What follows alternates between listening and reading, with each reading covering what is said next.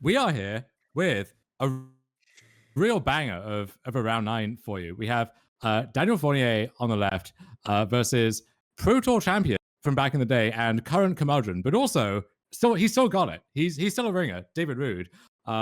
In the Blue White Omniscience versus Is It Paris matchup, both players technically undefeated.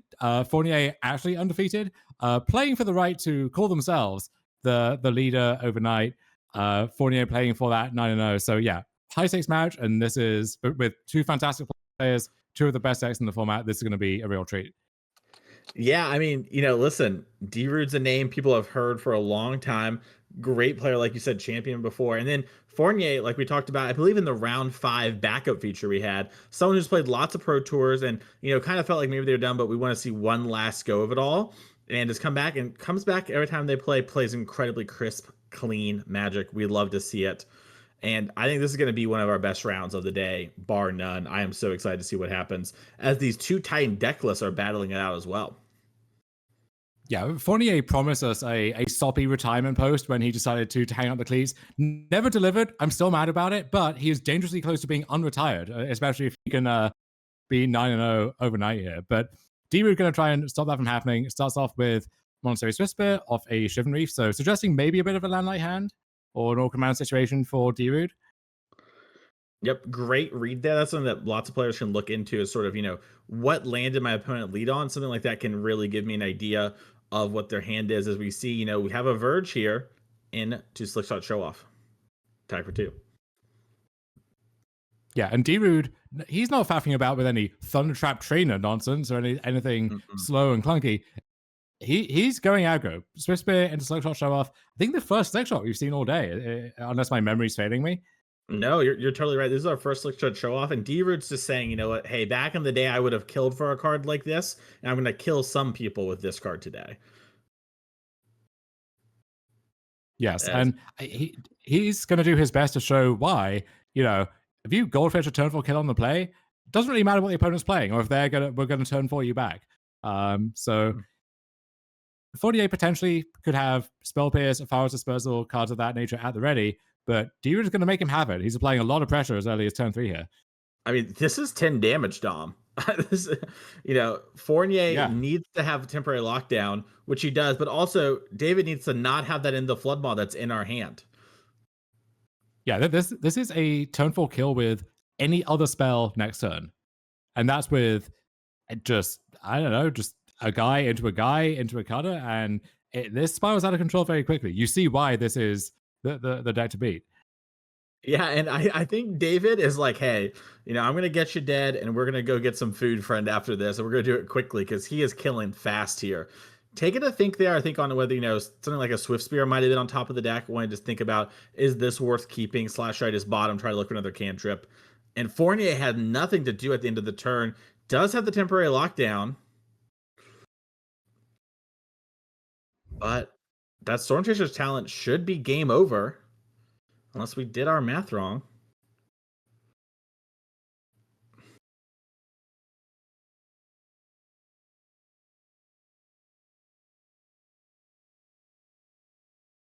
Looks like we did our math wrong.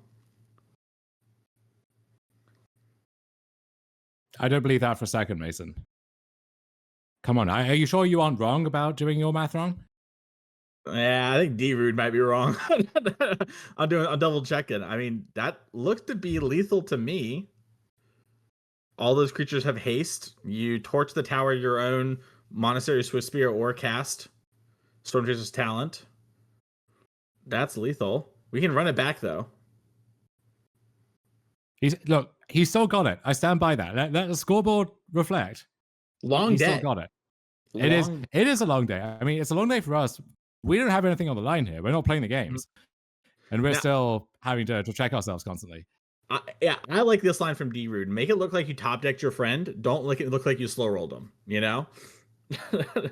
like, yeah. Or both. Drew it. Fournier, and then any spell does it, including Torch the Tower. And now we get to kill the fish too. Lethal, bam. And that does it. That's a turn 5 kill.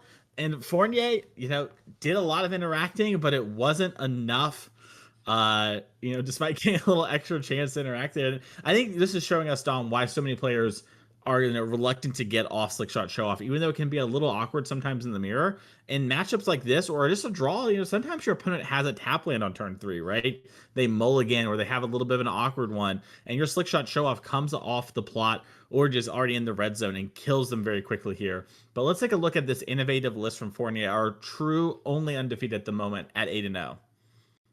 Yeah, this is the scroll shift centric approach that we talked about earlier. Blue Overlord in the main deck, white Overlord in the sideboard, a bunch of scroll shifts to pair with those, annual lockdowns, annual rolling Dragonstorms, and Flagy Archaeologists, and so on and so forth. Lets you really mix up the deck however you want to going into the postable games. Keep the opponent on their toes.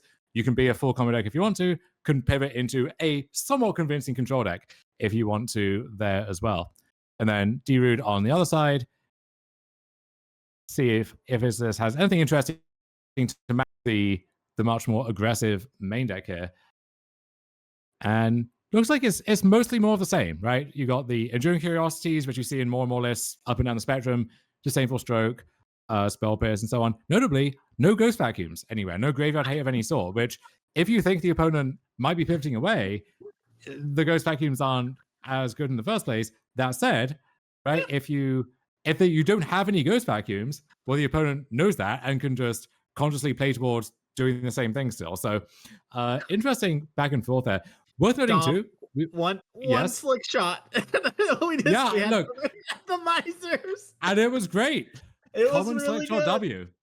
Yeah, I'm sorry. I started to laugh while you were saying, because I just realized, I was like, wait, we only have 3 stock ups. Where did we make room? I saw the Drake catcher. I'm like, oh, we have 1 Drake catcher. I realized we had 4 Drake catchers. Wait, how did this all happen?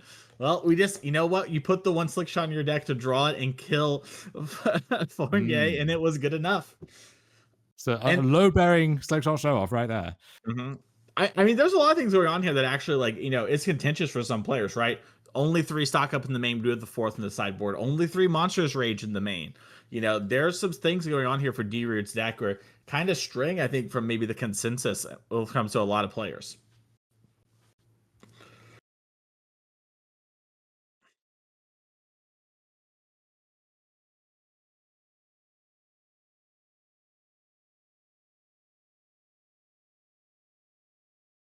So Dom, and D-Rood, worth noting, D-Rood coming off a top 8 at the previous RC in Ottawa in Modern. So he's going to be playing in PT Final Fantasy in a few weeks and looking to make it back to back here, and maybe, dare I say, be on the train again. I don't think he would say that, but I'll say it for him if he won't. Yeah, I mean, putting up an impressive performance here. A little tongue-tied there. That shouldn't be that hard to say. But yeah, really impressive performance here. And, both, making that last one to get the Final Fantasy, and now here today at 7-0-1, really showing you still got it. And I think that's one of the great things about Magic too, right? Is it's a game that you can also, I don't think D-Rood's ever really left, right? But, you can take breaks, come back, like we saw with Daniel here, and you get to get back in there and play and sort of catch up with the times, adapt a little bit, but the core is still there. And it's so awesome. David, you're taking a look at a sideboard guide. He's a gamer. He was D-Rood was a pro poker player for a while. For a few years now, he's been managing the TCG operations of one of the main LGSs in Toronto. And in between that, when Flesh and Blood really took off, he was the one driving the local scene. Names in that scene like Tara Patel, Sean Dhaliwal, Aaron Chance, a lot of people who you would know from Magic, if you're immersed in that scene too, they got their stripes under D-Rood's ring. And so, yeah, he can take a lot of credit, I think. And I mean, he's right up finishes himself too, but he, has always been active around games in some capacity. And, when he dips his toe back in Magic, he's still got it, it turns out. Definitely. And speaking of God, these players have got their sideboarding, pretty intricate stuff going on here. I mean, this is one of the interesting parts about Open Decklist, right? Where you kind of know what you're both doing. And then Daniel is having to adapt to, like, okay, my opponent has, like you said before, no Ghost Vacuums. Normally I might do this or that. What am I doing here today and why? And both these players also know the person across from me is thinking about all these things too and is no slouch.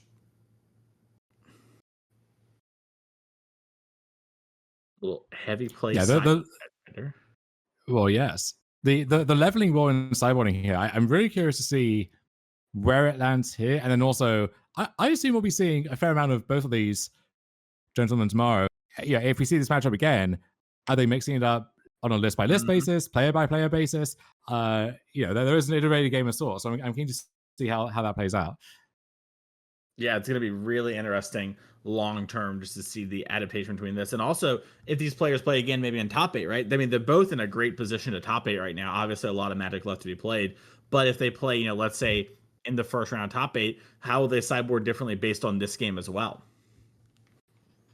And maybe the conversation they have at dinner about this game.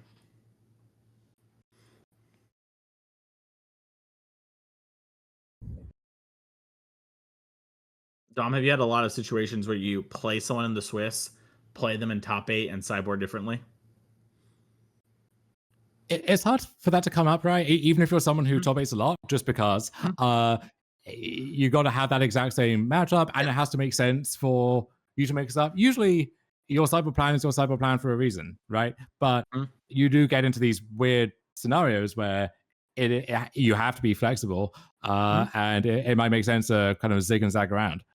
I think something like, you played in a lot of invitational things too, right? You play someone maybe in the Swiss and then in top eight, that's a lot less unlikely. You and Edgar Magalhaes, as you called it earlier, the SCG Tour ATM.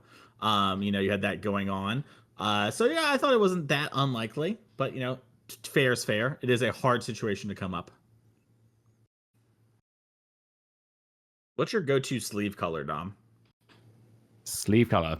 I'm partial to certain types of art sleeve. As long as the texture is good, and there are some which they have nice art, but you can use those sleeves for a few rounds at most before they start to show some wear and tear. If I'm just a plain Dragon Shield kind of mood, though, give me a nice light blue, a turquoise even. I like a good light blue. That's a good answer. Yeah, I think I do that. Maybe mint, if I could pick like any kind of color. Mint is nice. I had a pack of pink Dragon Shields back in the day that lasted me for literal years, just on various like draft decks or whatever. Those things were nice to look at and very sturdy. But I think they've been discontinued.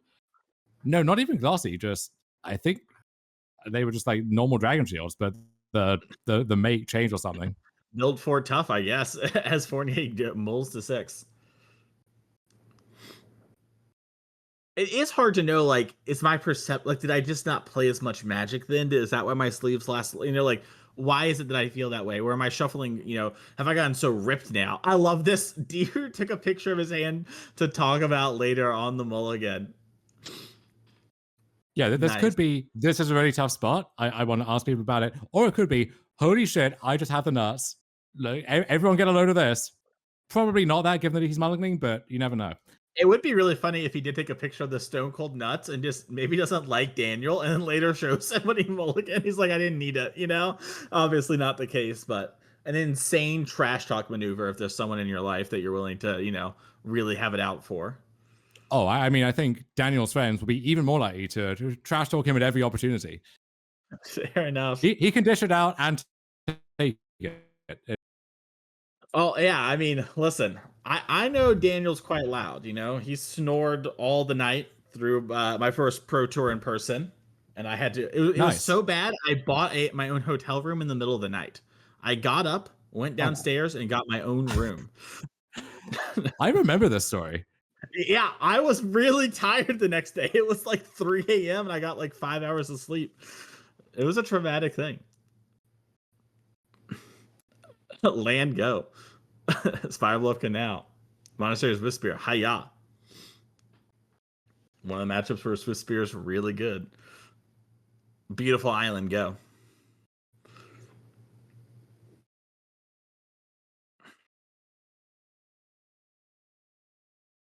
Hiya again. It was another Spirebluff Canal. See how slow and peaceful this game is without a rabid bird just pecking at you from across the table on turn 2? Yeah, it's very different. Blue Overlord into draw Omniscience, discard Omniscience. Yeah. So you see the kind of duality of the Blue Overlord here. So discard outlet for your Omni, great. You're kind of threatening that combo. But let's say you're worried about interaction, just pass the turn instead. Well, now you got Scroll Shift threatening to be 3 mana, make an Overlord and draw another card, and then get the draw 2 discard one to just overload with stuff in every direction. But D-Root says, look, I don't have that much interaction to begin with, and you have to have specific stuff. I'm going to make you have it. I'm just going to apply pressure. So cut it into opt. Going to be an attack for 5 here.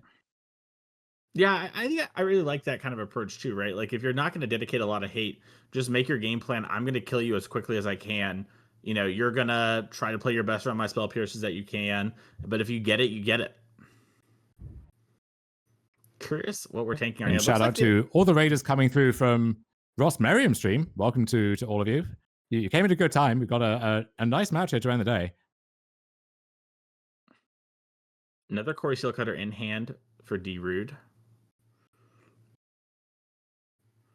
Draws Lithomantic Barrage.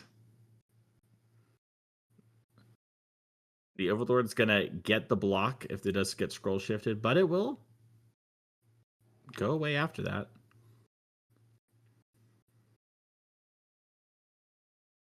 And we're seeing David take a second to think. No 4th land for Daniel, so his option's somewhat constrained here as well. No second white source as well for your lockdown, Beza, anything like that. All right, no blocks, nothing here from Daniel Fournier. We're going to flash in Enduring Curiosity, try and get a couple cards for our trouble. We do have 2 Afaras in hand for Fournier. Could use that on these creatures. Yeah, so now you have some decision, right? Over do you pay 3, bounce the Curiosity, make D-Root spend 4 mana at some point to recast that thing, or do you just bounce both attackers? Deal with the token permanently, deal with the Swift Spear, surveil a bunch towards your 4th land or your Scroll Shift or something like that. Yeah, I think I like this. Get the Curiosity off the table. Just take 3. You get a couple surveillance. I think even if Fournier had Abuelos, he doesn't really have a hand that gets there automatically. So just buy yourself a turn. You probably can afford it this game. Now it's land on top here for Daniel.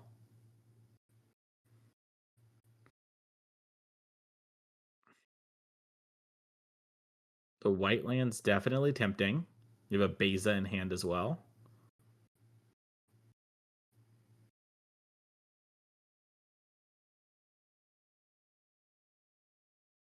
Only taking 3 this turn, it looks like, because D-Root spent his 4 mana on 1 creature.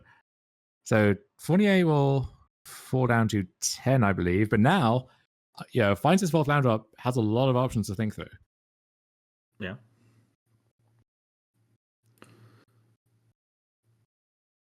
The Beza's tempting for sure. I mean, you gain some life, you gain 2 chump blockers, and I don't know what the situation comes with cards in hand. I don't think we're getting cards. We have 4 cards, so it looks to be 6. So land plus Beza would make us tied. Yeah. So actually, if Daniel had used the double dispersal on the creatures, right, D-Root's hand would be the same. Daniel would have 1 less card, so he would get the card back as well. Yeah. Tough spot to be. But yeah, instead, I guess Daniel kind of had the choice there between if you bounce 2 things, then the Beza doesn't give you the fish.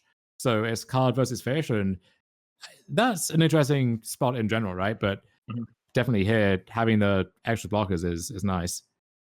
Yeah, it's also hard too when it's like you mentioned before, committing that 4 mana right to the Curiosity as well. A lot of intricate factors there, a lot to think about. As those first 2 prowess creatures on the left here, the bottom half of your screen, I could say, are already at 3 power. The top 2 are at 2 each, thanks to Corey Steelcutter. That's 10 damage currently. Yeah, this is terrifying. Second Cutter just spirals out of control so quickly. And now, this is not a fair game anymore, right? There's no, well, I'll pretend to be a blue-eye control deck. This is, okay, well, either you have lockdown to clear everything up and then game goes on, or you combo me with the Omni in your graveyard, get that into play, or you will suffer greatly during my next combat set. All right, here is island into temporary lockdown. That's going to eat up the whole board. And now the Overlord is off the impending. It's in play. What can David do? We draw the 6 land for turn and pass it back.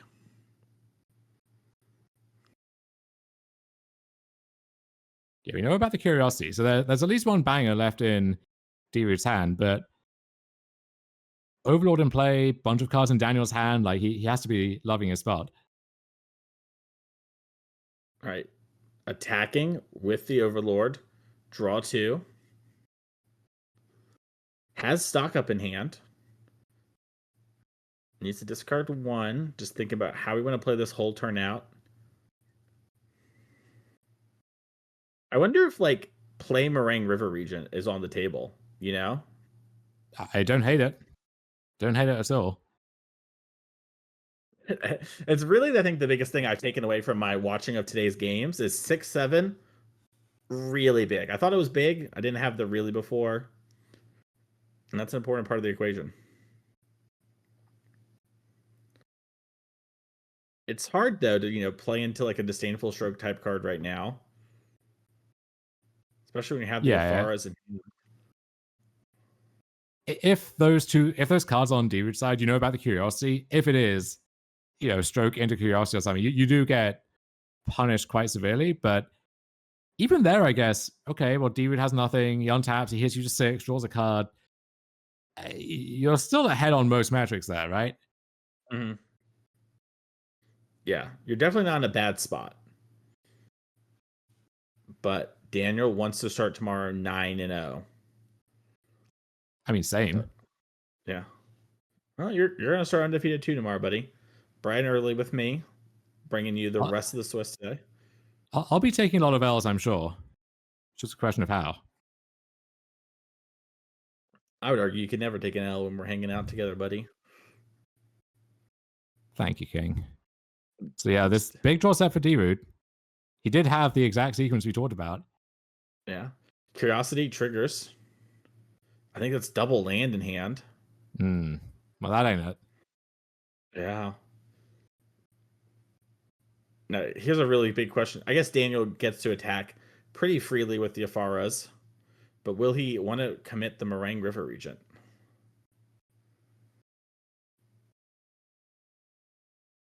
Ooh, and Drew Scroll Shift.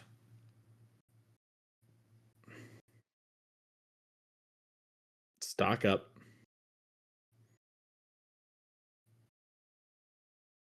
Yeah, sound like still had that Afaris Dispersal in hand, right? So has a line of defense for the upcoming turn at minimum. Yeah, I think Daniel took a land here as well. Yeah. So now he has Scroll Shift up and the Afaras for when the Curiosity is attacking. So he kind of has double protection in case things go a little sideways. It's really a matter of which one he wants to use.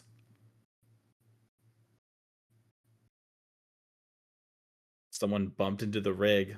Oopsie. That goes to hand Surreal 2. Double land to the bin. Kind of like a draw 2. Pass back.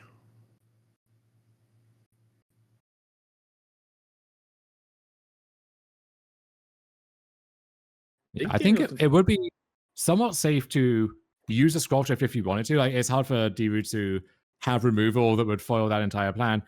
But I kind of think that ideally, Fournier wants to keep the scroll shift as a way to just protect your own lockdown from a flood wall. Because you could imagine, right, if your D-Root draws a flood wall, bounces lockdown, and then gets to follow out, like that's the way you could just lose out of nowhere.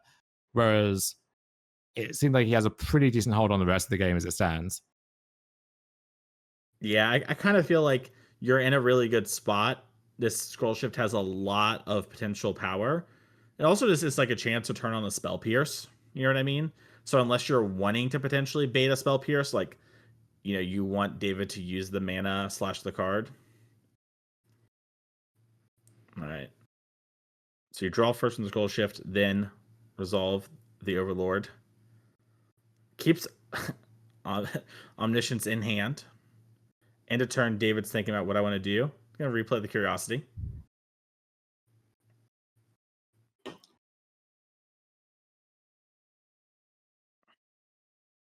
Abuelo's in hand for Fournier. So can we win this turn? Our hand is all redraws and an omniscience. Even cast the omniscience that beats any sort of spot removal. Dragonstorm, draw two. Double Abuelos.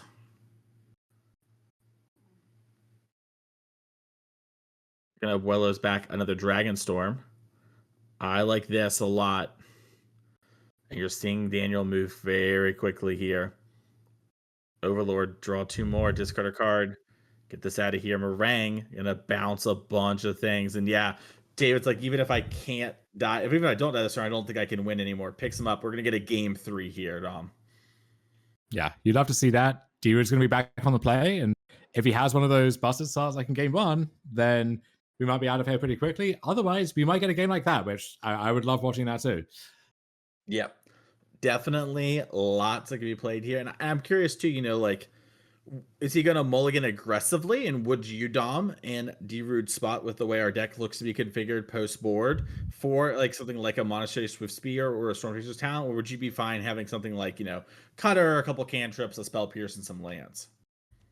I'd be fine with that, especially with the added counters. You have your curiosity as well. Like you can play a longer game and still feel totally in control, I think. But you want to have some hook to the hand. Like maybe it's super aggressive, maybe it's got the good interaction. If it's just lands and spells, but it's just mopey, then yeah, sure, send that back. Find something better. Yeah, makes sense to me. Let's take a look over at Fournier's deck again, real quick, because we saw him really think about his sideboarding last time, right? Both players really went in the tank, and we even saw in game 2 there, midway through, we took a look at his sideboard to see what he was drawing to. This build of the deck very much plays, the two different plans, and kind of has, I think a really good backup plan available to it.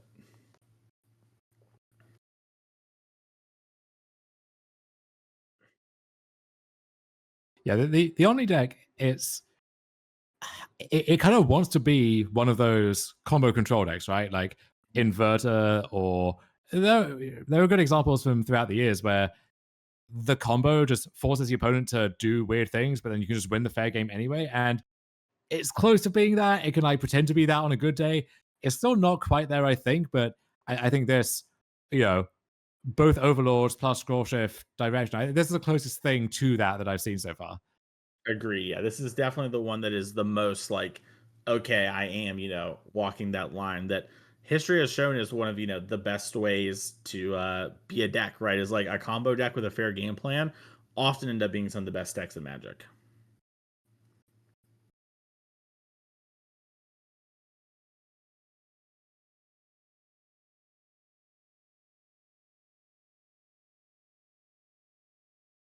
Hmm.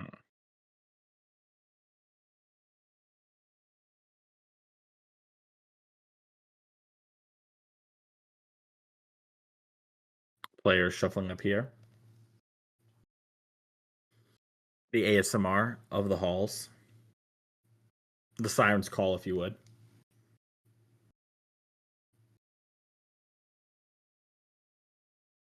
I need to, there must be one of those 10-hour YouTube videos of just peaceful shuffling sounds.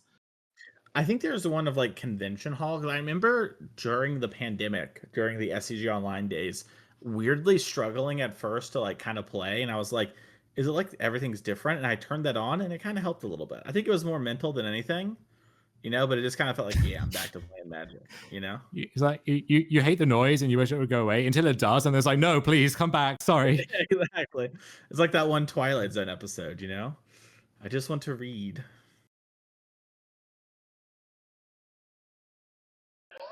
All right. The players are ready. David is going to be on the play here for this game number 3. Really wants to be 8-0-1. Both players still in a great position to top 8, but don't want to take those losses ever if possible.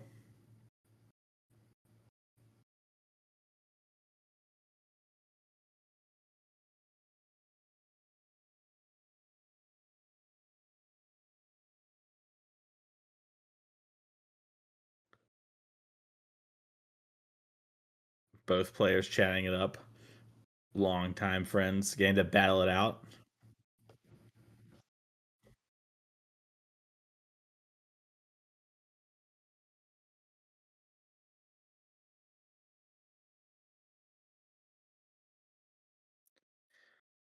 Looks like an omniscience in hand for Daniel, along with an overlord of the flood pits.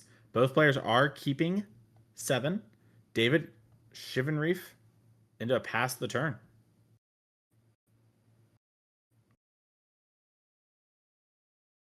Opt.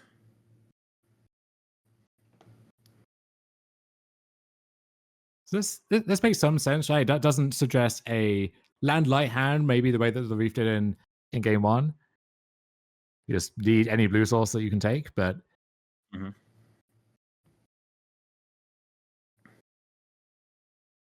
Drew an island for turn.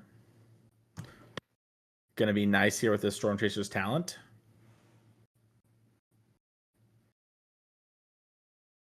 Get an otter, and it looks like we're passing the turn. Temporary lockdown the draw for Daniel. Uh-oh, the archaeologist comes down.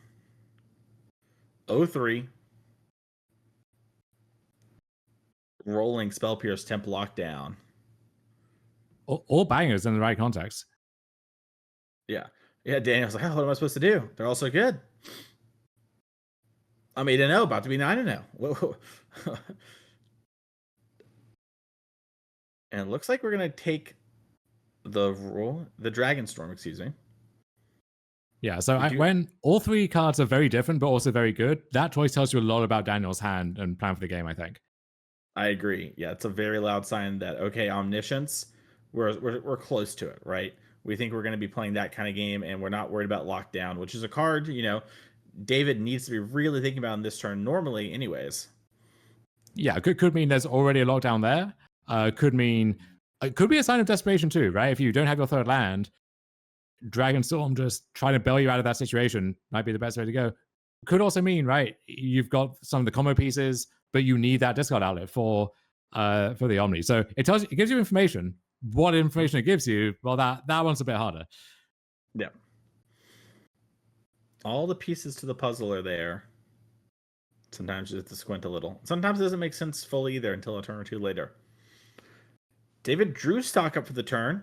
Could just go land, stock up, try and set up the game. Knows that after this turn, he might need to be holding up mana for the rest of the game. Could also play Corey Steelcutter, it looks like, plus an opt. And just attack.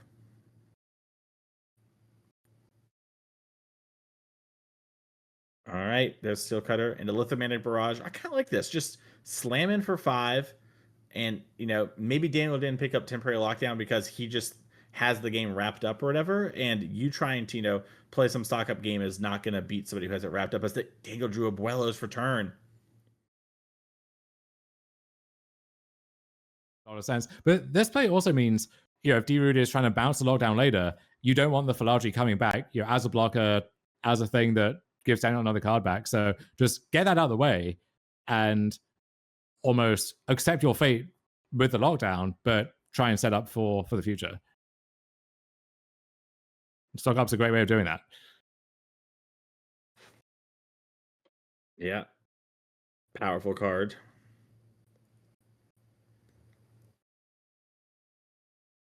And this is the turn to do it, right? Because Daniel now has the Rolling Dragonstorms. So if he has Abuelos, if he has Omni, it's not there yet, but it will be as of next turn. And so now, every future turn, you kind of need to have a plan for what if Daniel does that, and you're not going to be able to just take the shields down like this ever again. Yeah. And you see David actually, was thinking about, am I supposed to take Spell Pierce or Sleight of Hand? Decides to take Spell Pierce plus Slick Shot Show Off. The one of fun of back. All right. And David passes the turn to Daniel. Daniel draws another Omniscience. Not a great draw, but that's okay. Here's the Overlord. Draw 2. Another Omniscience, the third one. Gonna discard the first. Okay, this Can't Spell Pierce that big, lad, even if you wanted to. Yeah. And notably, Daniel didn't play a fourth land. maybe he's trying to bluff you. I doubt it. I doubt it too. And notably, a lot of Daniel's fourth lands that he might try and top deck now, Meticulous Archive comes into play tapped. Seachrome Coast comes in tapped. So there aren't quite as many outs as you would like if that's the spot you find yourself in. All right, we're opting again. Lot of options here.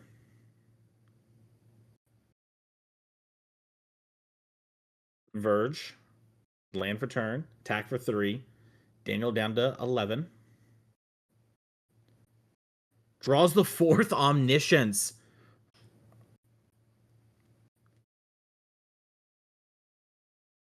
Now, Dom, are you gonna play an Overlord, play a Dragon Storm, maybe Lockdown? I mean, God, this is tricky. Hard to tell if Daniel has something like his own spell pierce, as far as if he can try and double spell this turn, that would be ideal. Doesn't want to just waste his whole turn against a spell pierce potentially. Yeah, it looks like he's doing it. And if David spell pierces this, casts Stock Up and hits, Monstrous Rage or another Slick Shot plus a Rage, that's really close to lethal. It is, but then if this is your only spell pierce, let's say, then okay, you counter this. Daniel, at this point, probably has the Abuelos, right? If he finds the 4th land, you're kind of pricing yourself into you have to win the game this turn, which Slickshot's very good at doing, especially if you find the Rage or you train Stock Up into something else. But like those are the stakes now, and he might decide, well, actually, I've got other stuff going on. I don't have to polarize a game in quite that way. Yeah.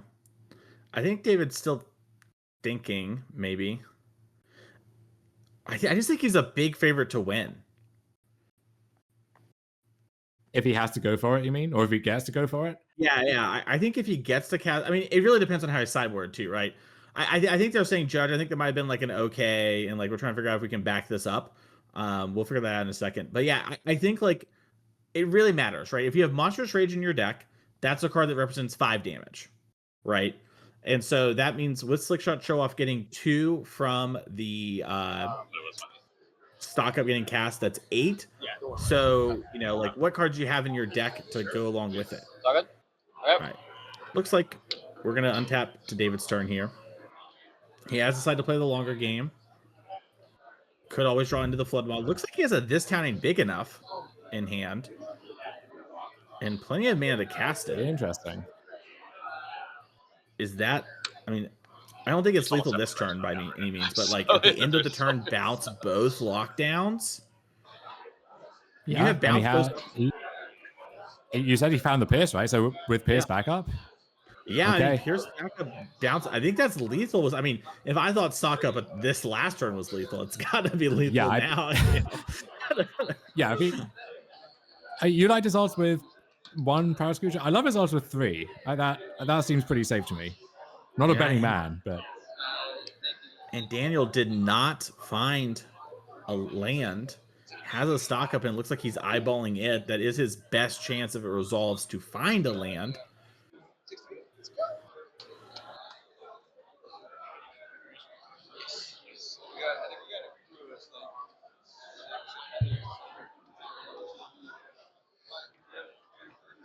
Stock Up. I'll have it first, man. I need to get some more. And this is an interesting spot for David too, because you could save the Spell Pierce as well, right, Dom? Like you don't need to use it. Daniel's not doing anything. The only card that can really stop you is Afara's. You can just hold it all. If somehow you do whiff, you still have the Spell Pierce for the Abuelos in the next turn. You only really lose if Daniel goes like land this turn, land next turn, plus his own Spell Pierce. Yeah, I think it makes some sense to just do this now, right? Because obviously you can't recast them. You don't want maybe to use your Spell Pierce, because now it's an extra prowess trick on your turn. Yeah, I love this. This is I think this is the right way. You let him have the Stock Up, but just hold the Spell Pierce up. No, this is perfect. This is the way to do it. Because now you can't get Spell Pierce. If you could actually use the Spell Pierce and just trigger the cutter and get like the extra trigger too. So I mean, lots of ways to slice it, but yeah, lead on this town there, and I think the world's your oyster.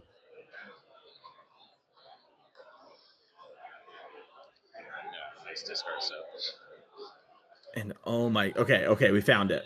Notably, not a plains. Yeah, I'll go down. Is an island. This impending goes to 1, and we have to discard. Maybe some omniscience. A Pharaoh's Dispersal, perhaps at the ready, but I think D-Root's going to have enough to just plow through that even without the spell biz. I think he'd be totally fine. Yeah. Especially the stock up hits any sort of cantrip or whatever. Yeah. Which is a huge favorite too. All right, sleight of hand was the draw for the turn. I think, right. like you said, even now, with Alice first.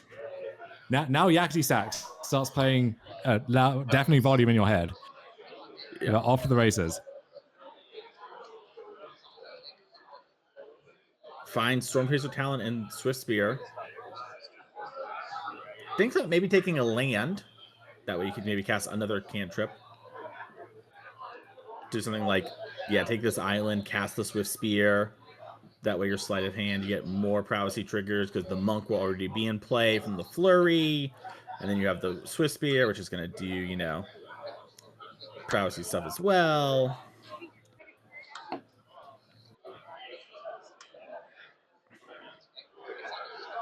Your sleight of hand, trigger prowess. Yeah, and you see Daniel show the hand, and that's going to do it. David Rood, 8-0-1. Daniel Fournier falls to 8-1.